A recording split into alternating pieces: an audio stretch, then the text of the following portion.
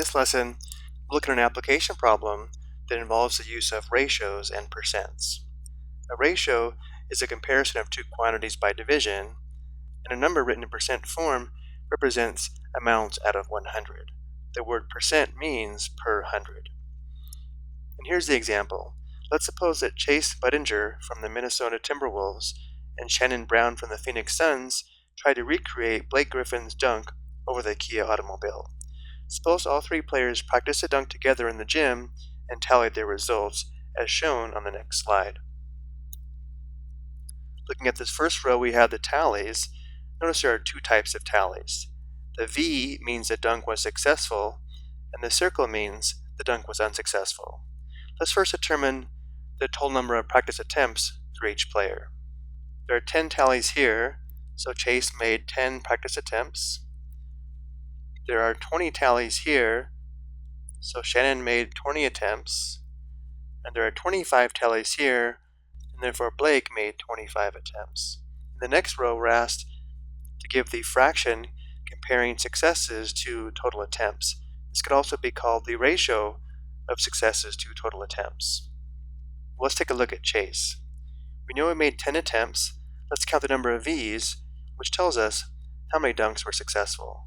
There are 1, 2, 3, 4, 5, 6, 7 V's, and therefore Chase was successful 7 out of 10 attempts, and therefore the fraction is 7/10. Now let's count the V's for Shannon. There's 1, 2, 3, 4, 5, 6, 7 V's, which means Shannon was successful 7 out of 20 attempts, and therefore the fraction comparing successes to total attempts is 7/20. So notice how both Chase and Shannon were successful 7 times, but Chase was successful 7 out of 10 times, and Shannon was successful 7 out of 20 times. Now let's count the V's for Blake, or the successes. There's 1, 2, 3, 4, 5, 6, 7, 8 V's, or 8 successes, out of 25 attempts, and therefore the fraction of successes to attempts is 8/25. In the next row, we're asked to rewrite the fraction with the denominator of 100. So beginning with 7/10, we want an equivalent fraction with the denominator of 100. Because 10 times 10 is equal to 100, to create an equivalent fraction with a denominator of 100, we multiply the numerator and denominator of 7/10 by 10. 7 times 10 is equal to 70. Of course, 10 times 10 equals 100. So now we know 7/10 is equivalent to 70/100. Next we have 7/20.